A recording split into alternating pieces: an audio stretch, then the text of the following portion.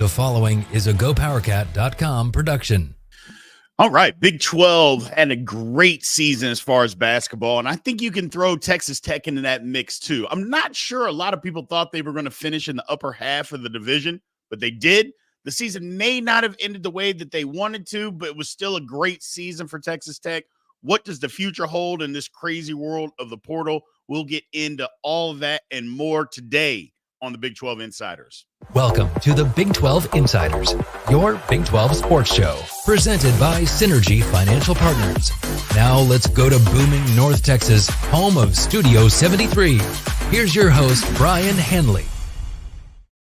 All right, welcome everybody to Big 12 Insiders. It's your man, Big B, Brien Hanley. Today with Jarret Johnson, covering Texas Tech for 24/7 Sports. Jarret, how is it going today? Doing great. Big B, how you doing in North Texas, man? We are doing all right. Finally, not having any of these crazy storms, so I can actually relax a little bit. So, doing okay. So, the season ended last week as far as the hoop season for Texas Tech. I know it wasn't the way that a lot of Red Raiders fans wanted the season to end. Tough game against NC State. Look, NC State, they were better than what they were seeded. And I know that's a oxymoron. I know people are like, well, the record was what the record is. But NC State played over half the season without their full roster. And that's what people got to realize is that they were hurt a lot of the year. Once they got healthy, they were a really good basketball team, and it shows. And it's continuing to show. I mean, they're sitting here in the Sweet 16. So, but even having said that, I think Texas Tech fans are going to think they should have won the game. What really went wrong in a lot of people's minds with that game? Yeah, well, just like you said, first I got to tip the cap to NC State. Yeah.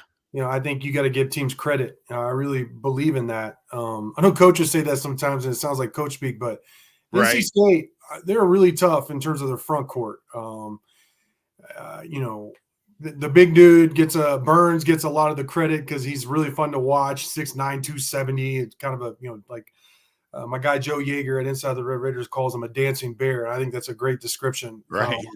But it's not just him. You know, they got a couple of dudes or three guys really in the front court that are all good and do different things. And that was Texas Tech's weakness. They were really small in the front court.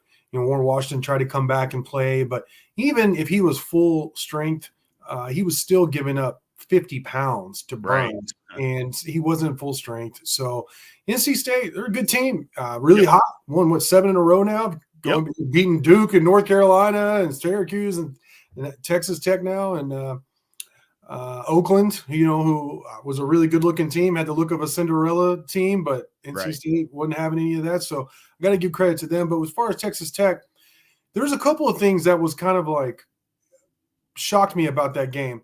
One, the shooting was just terrible. It was very inefficient.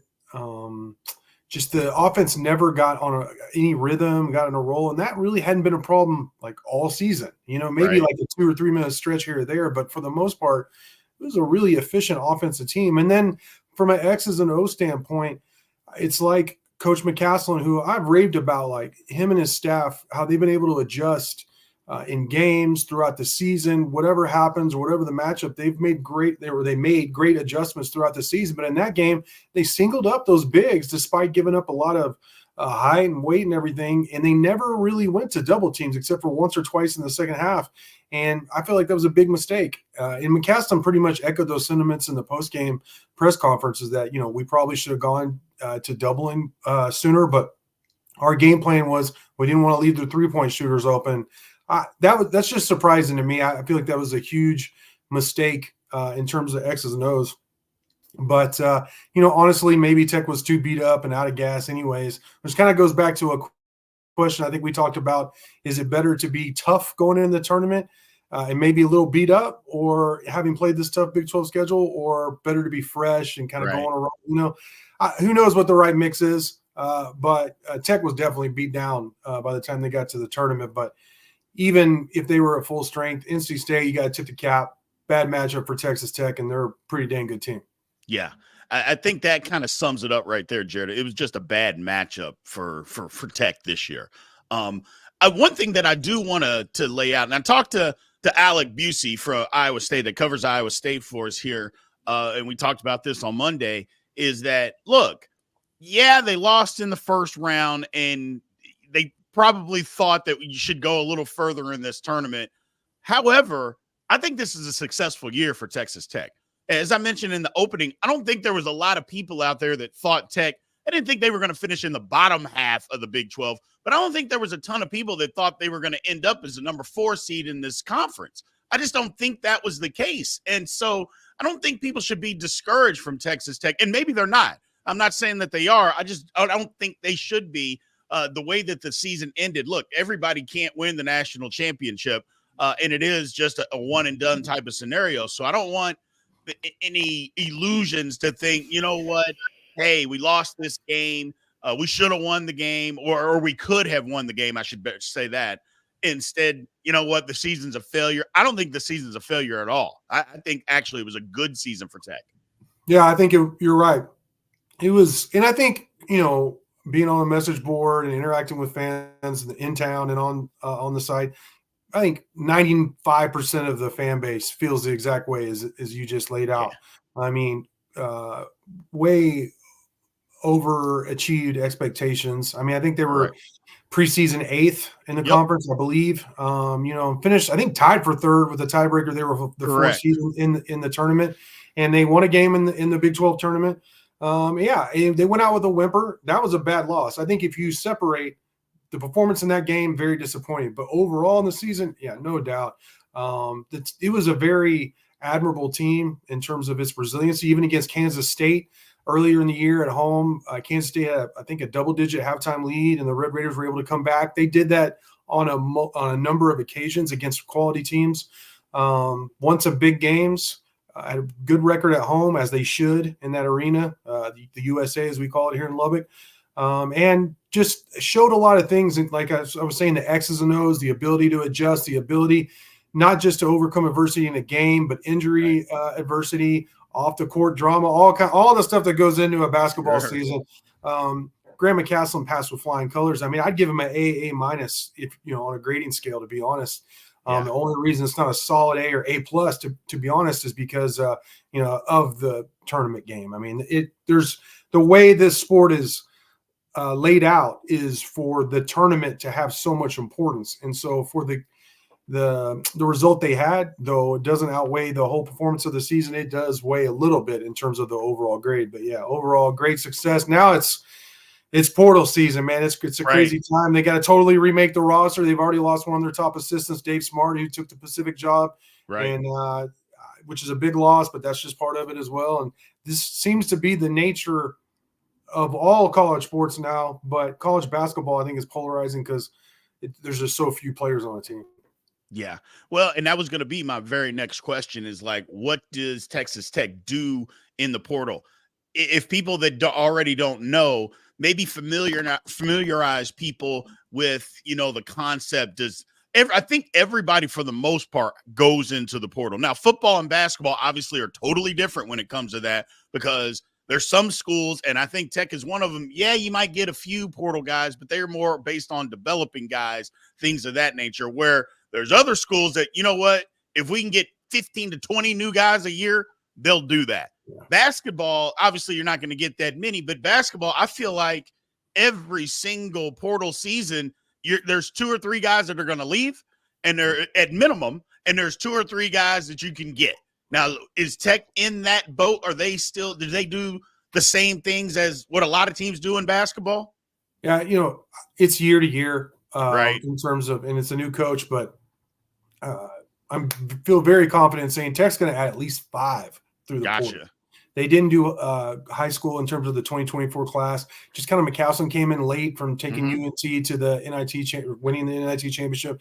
And he actually got most of the team that, performed this season was from the portal, and he was able to bring them together and, have the season they did. But, I mean, they got to replace their starting point guard and their starting center. Joe Toussaint, that's a big loss. Warren Washington, that's a big loss. First things first, as you mentioned, they got to keep their guys. Correct. Darian Williams, I mean, quite honestly, what team in the country doesn't have room for a Darian Williams, a 6'6" guy who can, shoots over 50% from 3, 3 or 4 assists, 2 steals, very unselfish player, great chemistry dude, 4 or 5 rebounds. I mean, I feel like he's going to stay at Texas Tech, but in this day and age, never know. Nothing's done until it's done, until Correct. it's signed and it's done, all that. Pop Isaacs is another guy they got to hold on to. I also believe he's going to return. Chance McMillan, their six man, who really played starters minutes, a really good player, another good 3-point shooter, all around efficient offensive player. He's already said, according to reports, that he plans on returning. But again, until it's signed and done, we'll have to see. There's some other guys that are on like the next tier in terms of they probably would like to bring back like a Robert Jennings, reserve big this year, who played a lot later in the year as Warren Washington was hurt. But after that, they got to go get 5, maybe as many as 7 guys from the transfer portal, and it starts at replacing Joe Toussaint at point guard and Warren Washington at center. Gotcha. Yeah, the portal season, it is, I mean, you see it right now. It's heating up. I mean, it's, as we speak, literally, there are probably, I don't know, before I came in here in the last 15 minutes, I saw 18 new names that had jumped in there. It's just absolutely insane. It's going to keep being that way, and that's the way that it is. How do you feel about the portal, real quick? I want to ask you a question, because I'm conflicted philosophically. Like, I hate it on one hand, because of like the culture of a college, you know what I mean? Like, for fans to get to root for the same guy for three or four year career. But then again, on the players, I mean, the coaches can just leave, pick up and leave whenever. Correct. All of us are playing this capitalist game, trying to do what's best for us and our family. How do we tell these players, that they can't do the same? So I'm curious about your take on it.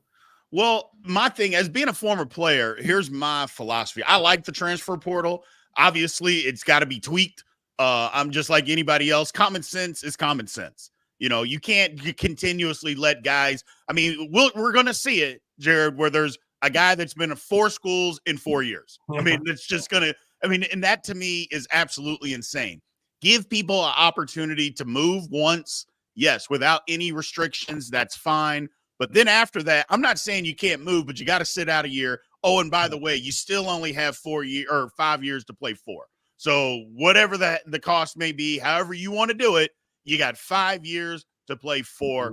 That's it. No, hey, the guy got hurt. And look, I'm sorry that people get hurt, but there's consequences to everything that we do. And unfortunately, life isn't fair. And if that's one of the things that going to college is supposed to teach you that, Jared, is life lessons. And one of those life lessons, and to me, the biggest life lesson is life isn't fair.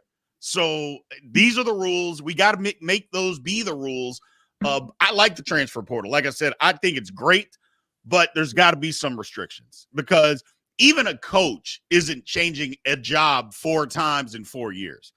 That's not happening. Now, I'm not saying it can't happen, but that's not going to happen. I do feel for fans, though, because I'm a fan too, and rooting for your team. It's like, man, I remember growing up, and I'm sure you do too, rooting for your team. You rooted for players because you knew they were going to be there. You got attached. Fans got to kind of they have to reinvest or reinvent themselves as a fan and say, okay, I'm not going to necessarily root for players. I'm going to root for my team. It's kind of like rooting for a professional team, because you root for the team. But if that guy leaves, after 3 or 4, whatever years, do you follow him or do you still root for the team? Well, you still root for your team. So I think people have to bring that approach from the professional ranks down to college and continue to do that. But for me, Jared, I like the portal. I don't dislike it. They just have to tweak it. And until they do, it's absolute chaos.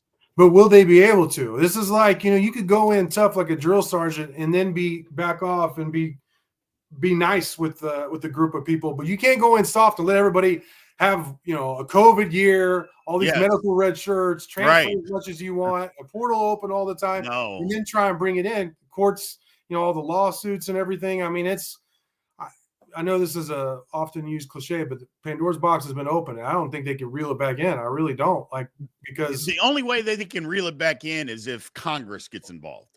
And Congress, and here's the thing about that. And look, I'm far from a political person. I don't talk politics, but Congress will be they would get involved in this if they were asked. Now, of all the other problems that we have going on in America, if the NCAA asked them, hey, we need your help, they would jump on it immediately. So at some point, I think the NCAA is going to say, look, we made a mistake. We can't control this. We need you to help. And they will do it, and they'll jump in. I don't think it's going to come during this year. We were talking about, me and Fitz were talking about this yesterday on the show. I don't think it's going to come, yesterday. It won't come this year. It'll come after the election cycle because of this year. It'll come in 2025. There'll be some changes that happen. Congress will step up. They'll get involved, and they'll say, you know what? Enough is enough. We got to have some rules here. This has to be in place because it can't just be the wild, wild west out here. And if they do that and they make it, and then people won't be upset. They can't be upset with real rules because you can't just let it just be willy-nilly and the court's getting away. Well, put something in front of the court that says, no, okay, we got to uphold this. And I think they will. I really think they will, Jarret. And like I said, it's not going to happen now, but in 2025, I think it'll happen, which will be good. I'm no lawyer at all. I'm certainly not political, but getting the government involved in sports. I don't think it's a good thing. Yeah, no, I don't think it's a good thing at all. I just think it's going to have to happen to get to the result that we all want. That's all. Yeah. I mean, you make a good point for sure. Yeah. I don't think it's a good thing getting your government in sports because, like I said, they got other stuff that they should be worried about. However, to get to the result that everybody knows that we should be, that's the thing, Jarret. Everybody knows what the right thing to do is, but somehow we just can't do it. Isn't that the frustrating part for all of us, as fans and everybody? Isn't that the frustrating part is that we all know what's right, but we can't get there? Well, my biggest problem is none of these rule changes are with the fan in mind. You know what I mean? None of them. Like nobody, like none of realignment, nope. Transfer portal, NIL. Nope. Now I get why people are doing it, and I'm not somebody who's going to hate on anybody for getting theirs. Don't get me wrong. Correct. But they're taking people that are actually able to make decisions and make things change and make things happen are making all these decisions just for their own pockets, basically, to improve their standing. Nobody's thinking about the fans, and they know the fans we're hooked. All of us, we're such fans. We're so into college football. We're so into college basketball. And then the niche sports as well, some people, but it's going to be really hard to run off fans, but it almost seems like they're trying, to see how far they can push and get their bag or whatever, until fans finally say, I'm done. But I'm not going to say I'm done because of these changes. I love games as much as ever. I love watching football and basketball, the actual games, whether it be pro or college, more than I ever have in my life. All the yada yada, the talking heads, what we do, I honestly, I'm not as much into as I was when I was younger, but I think that's just part of getting older. But yeah, man, the games are great. So they know they can just basically do whatever because fans aren't going to stop watching. They're not going to stop watching. I don't want to stop. I'm just like you. I'm not going to stop.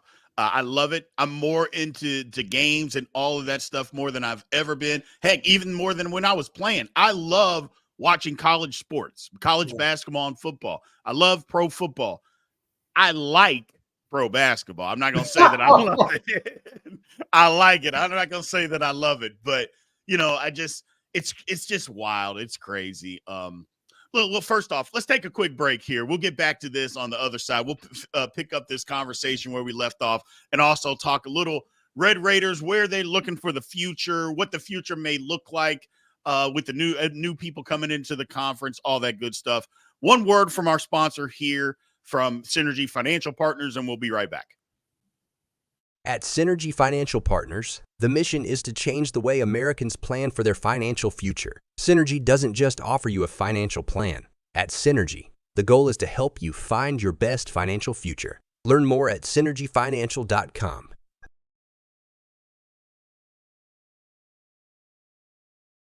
Welcome back to the show.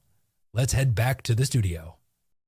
All right, welcome back to Big 12 Insiders. Again, this is Brien Hanley here with Jarret Johnson. Look, we had a couple of comments here, Jarret. I'm going to bring one up here, and it makes some sense here. It says, not one player has made a single rule when it comes to pay for play or the portal. This is an NCAA issue. That is 1,000% correct. A lot of people get bent out of shape and blame the players, The players haven't done any of this. They're taking advantage of it, but the players didn't make the decision for this to be in as a rule. They didn't do that. It wasn't okay, the players got together and decided, okay, this is what's going to happen. That didn't happen. Okay. This was an NCAA thing, and they allowed this to happen. Now, I think they maybe foresaw some of the things that were coming down the line and tried to get ahead of it and just made an absolute mess of it. But I love this comment. It's like, don't blame the players for this. The players didn't start this. They didn't create it. They just are taking advantage of it. And there's not anybody out there that, if given the right opportunity in their situation, their current situations, wouldn't take advantage of being able to do the same job that they do for more money. They would do that. And if you thought it was going to put you in a better position, you would move to another job to do the exact same thing for more money. So I get people are mad at the players. I understand that part, Jarret. But at the same time, you got to come back to reality. The players didn't create this mess. I don't think I could agree with the comment that you mentioned and then your statement after anymore. I really don't, because we do a weekly hump day chat with our subscribers on Inside the Red Raiders. And just yesterday, somebody asked me about, I don't remember the dude, and I hadn't heard about it before, but he was at Alabama, transferred to Iowa to get some money. And then 2 months later saying he's going back to the portal and he's probably going to end up back at Alabama. And somebody asked my thought of that. And I was like, well, this dude's just playing the game. Without knowing the whole background. And basically, like, your overall statement is, how can you fault the players for playing the game that's been laid before them? Correct. I mean, no, I don't blame them. I get why fans get emotional, because that's it. I mean, sure. Honestly, if they weren't emotional, then what would be the point? Exactly. Fanatics.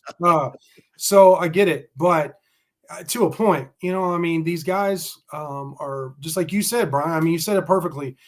Just all of us are want to improve our situation, take care of our families. And I mean, I never had an opportunity to make the kind of money some of these dudes did. I mean, right. 7 figures and stuff like that. Sometimes in a few cases, possibly even more. I mean, why not get it before it's gone? Especially in sports, once Father Time catches you, or injury, or who knows what, that's it. You can't, possibly the ability to make that kind of money again in the future will be gone. So no, I don't blame the players at all. Like the commenter said, absolutely, they're just playing the game that's been laid at their feet. And I would, I commend them. Play it as well as you can. Play the game, man. Yeah, exactly. I don't blame them, but it's not necessarily the right thing to do. But at the same time, look, these are the rules, and I'm not breaking any rules. I'm not breaking any laws. You may not like it, but that doesn't mean that I'm wrong. That's business, though, right? That's business. Yeah, in business, it's not about making friends. It's about making, moves and money and all that. You know what I mean? So yes, and that's what a lot of people have always said. It's just a business. And I think if people look, Jarret, you've been covering this. You've been watching around college sports as long as I have. It's always been a business. Always. It's never not been a business. That's the whole thing. And people don't understand, or maybe they just don't want to, Jarret, look at it that way. But it's always been a business. And for people to think that, oh, well, now so much money is involved. Look, the money was just smaller then, but money was always involved in college athletics. There was never a time when it wasn't. So it's not about, it's just there's so much more now. I go, but it's just a business. It's always been a business. And the if you look at it that way from the outside looking in, even as a diehard fan, and that's tough. Trust me, it's tough to do, but you still have to look at it as a business. And if you do, because for instance, think about a college coach. The college coach can be a good coach. He can be a good man, a good coach. But if his arena isn't full, or if his stadium isn't full, because the way that they play isn't successful, and I say he, she, whoever, if their stadium isn't full or arena, they get fired. And that's the whole thing behind this. It's like, look, it's a business. All of this rolls into the one. You can't blame the players for playing the business side of it either. It's big business. It's been big business, like you said.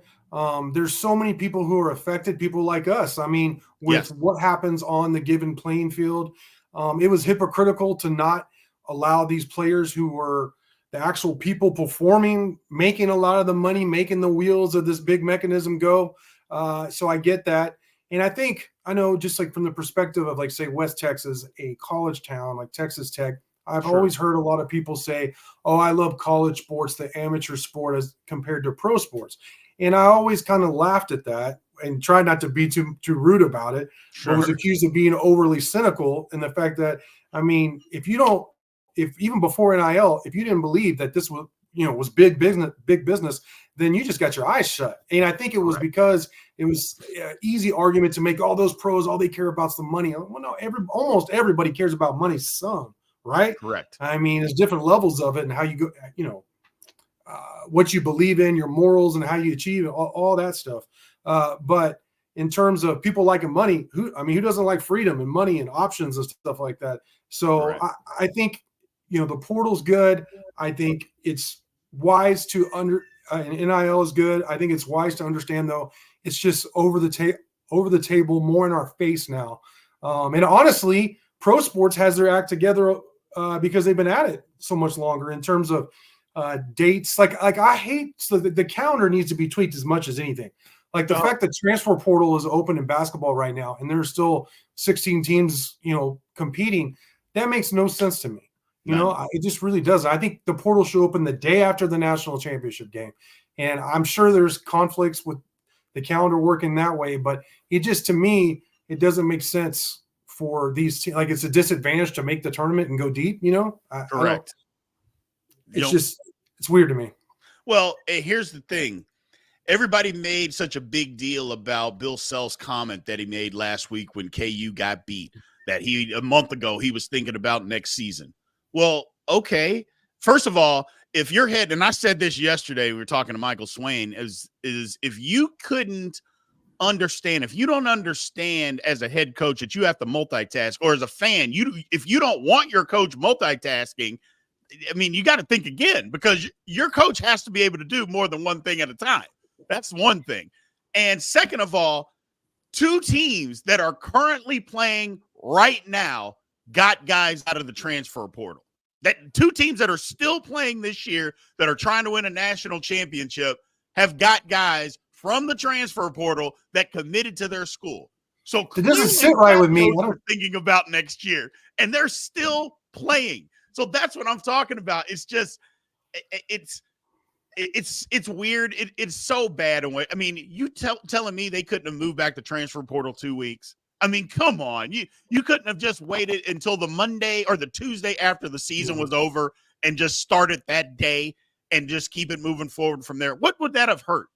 But it's just the timing, and that's the whole thing. It's the timing of all this. I'm like, come on, NCAA. At some point, you've got to do something right.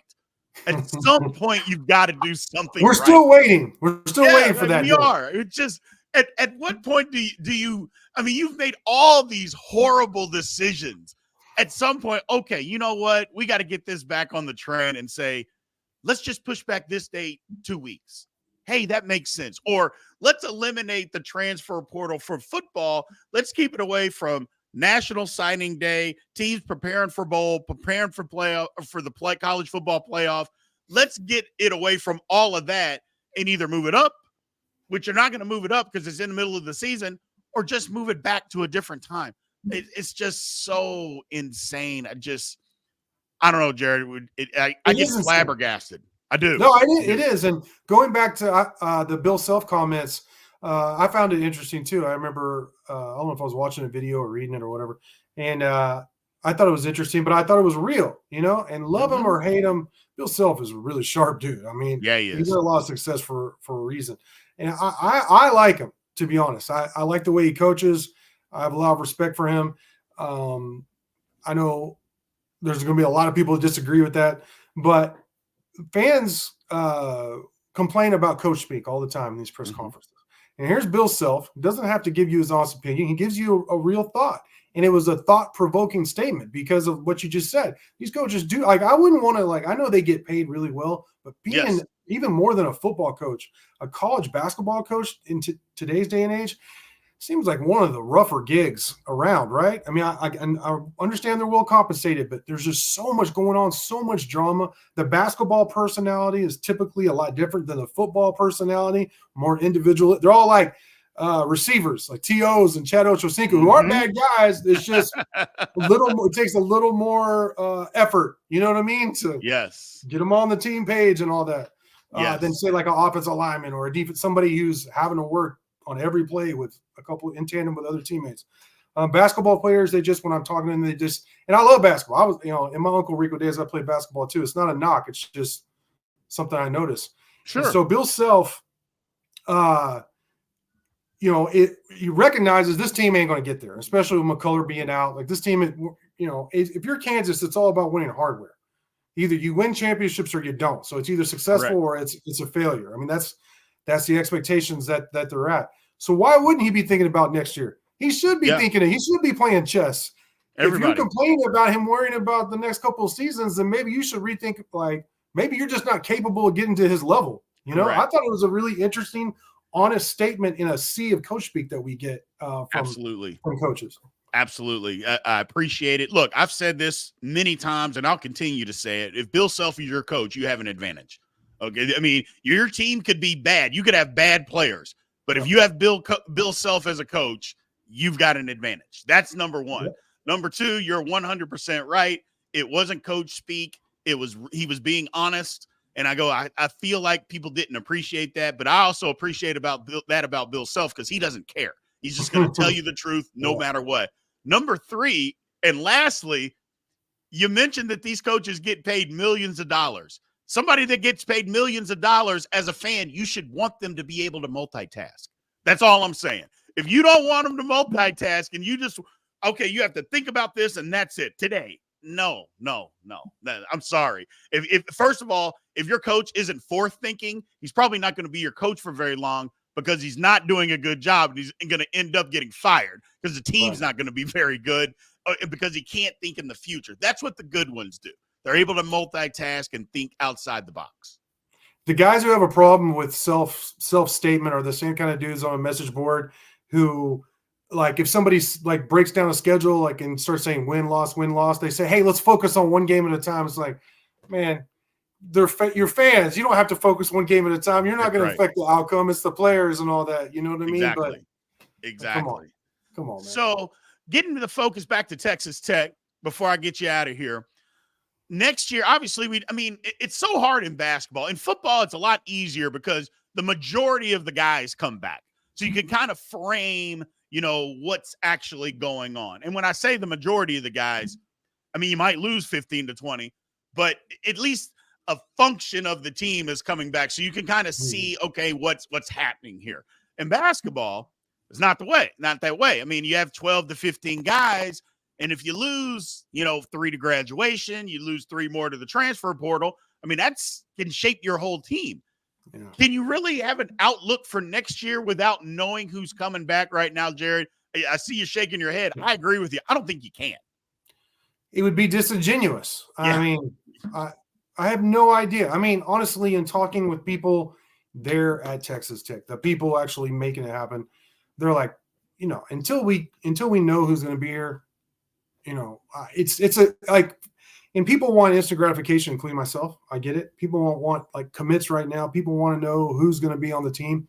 Right. But how could you know? It's dominoes. You get it one thing at a time, and it's actually still fast paced, but it's not right now. It's not today, Correct. So first thing is for Texas Tech in the process is, like I said, they got to get the guys they want back to return.